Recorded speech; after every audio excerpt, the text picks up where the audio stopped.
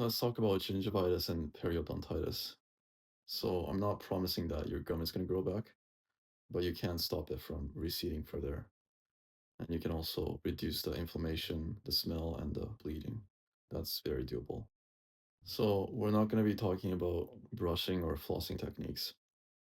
It's going to be about general lifestyle changes and some supplements that you can take. So things that dentists don't know about.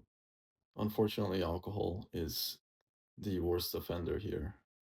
Refined sugar is not that bad, and dry mouth, if you take medication that causes dry mouth, especially when you're sleeping, that's not great. So yeah, snoring, sleep apnea as well. You should Google what high oxalate foods are and make sure you're not having them as staples because the oxalates can build up in your system and end up causing a lot of problems later on. Gingivitis and periodontitis is bacteria and autoimmune based. So they feed on iron, like a lot of them. So at this time, I recommend not taking iron pills. Smoking is probably not such a big deal. Like, it's not like your gingivitis is going to get cured by quitting smoking. It's more of a contributing factor. Having a dog with skin condition, like if they smell bad, that might contribute to that. You know, they're licking your hands and then you're using the hands to touch your face, right? But I'm not too sure about this, so don't quote me on that. These are the list of supplements you can take. So I would prioritize the top three. So vitamin C, vitamin K2, and vitamin B3. It doesn't really matter what form of C you take. It can be ascorbic acid or sodium ascorbate. If you need to take a lot of it, then you probably want to do sodium ascorbate.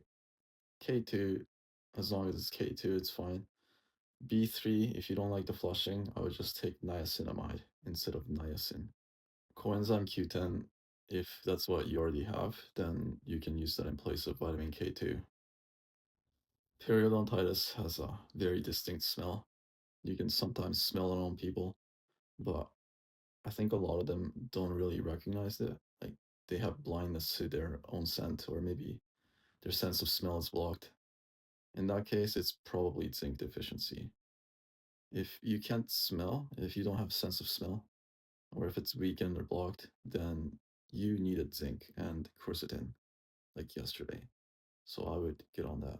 If you were ever on iron pills, or maybe you did some iron infusions, or let's say you were using iron cooking pans for extended period of time, or maybe eating a lot of steak, right, red meat, that's fine. But I would maybe suspect having too much systemic iron. So in order to process that, you can try taking some lactoferrin or EGCG. If your hair is thinning or your nails are brittle, then I would try vitamin B9, as in folinic acid or selenium. If all else fails, or you're just reluctant to improve your lifestyle for gingivitis and periodontitis, then you can try the probiotics. So the S. salivarius in the chewable or like candy form, like the tablet form, oral tablets, yeah. You should probably take those anyways. So I would do the vitamin C, vitamin K2, vitamin B3, and then the oral tablet of Salivarius. The other probiotics, optional, but you can take them as in like the swallowing tablets, not the chewable ones. In about a month, you should see some improvements.